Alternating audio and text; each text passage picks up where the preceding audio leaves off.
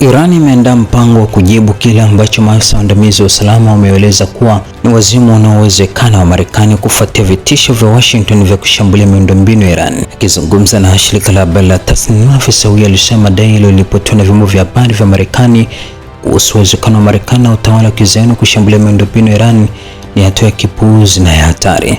Tunayachukulia madai ya vyombo vya habari vya Marekani kuhusu uwezekano wa Marekani na utawala wa kizayuni kushambulia miundombinu ya Iran kama aina fulani ya wazimu, afisa huyo alisema. Sababu ni kwamba tayari tumeandaa mpango mpana wa kujibu shambulizi lolote kama hilo.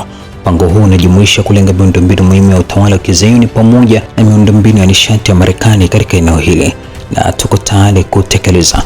Afisa huyo aliongeza kuwa vikosi vya kijeshi vya Iran vimeonyesha uwezo na utawala wa kutekeleza hatua kama hizo wakati wa vita vya siku 40 na katika wiki za hivi karibuni. Kauli hizo zimekuja baada ya rais wa Marekani Donald Trump kurudia mara kadhaa vitisho vya kuishambulia miundombinu ya Iran, na katika wiki za karibuni Trump amekuwa akitisha mara kwa mara kuamuru mashambulizi mapya dhidi ya mitambo ya kuzalisha umeme na madaraja nchini Iran, akidai kuwa Tehran imechelewa kufikia makubaliano. Wakati wa vita vya siku 40 vilivyoanzishwa na mashambulizi ya Marekani na Israel dhidi ya Iran na Februari 28, Trump alitoa vitisho vya mara kwa mara kushambulia miundombinu ya Iran iwapo Tehran isingekubali masharti ya Washington. Vitisho hivi vililaaniwa kwa upana na wakosoaji walioeleza kuwa ni vya kinyama na visivyo vya kibinadamu, hasa baada ya mashambulizi ya Marekani na Israel kuripotiwa kuua zaidi ya wanafunzi wa kike 160 katika mji wa Minab kusini mwa Iran, pamoja na kulenga hospitali, maeneo ya makazi pamoja na masinagogi huko Tehran.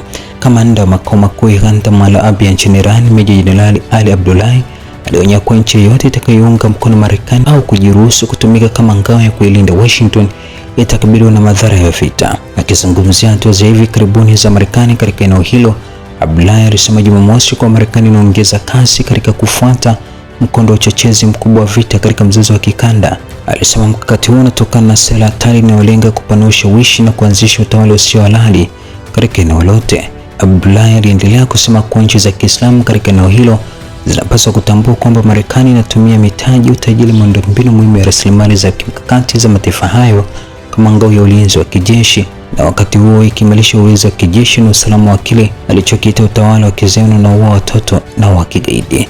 Kamanda huyo alisema Iran tayari imethibitisha kwa mizani ya nguvu katika eneo hilo haifuati na mwelekeo wa zamani. Alidai kuwa kushindwa kwa Marekani kufanikisha malengo yake ya kijeshi na kisiasa dhidi ya Iran kumelazimu Marekani na Israel kuendeleza vita, mwagaji damu na mashambulizi kutoka nyuma ya ngome za nchi za Kiislamu, huku zikihamasisha gharama za vita kwa serikali za mataifa eneo hilo.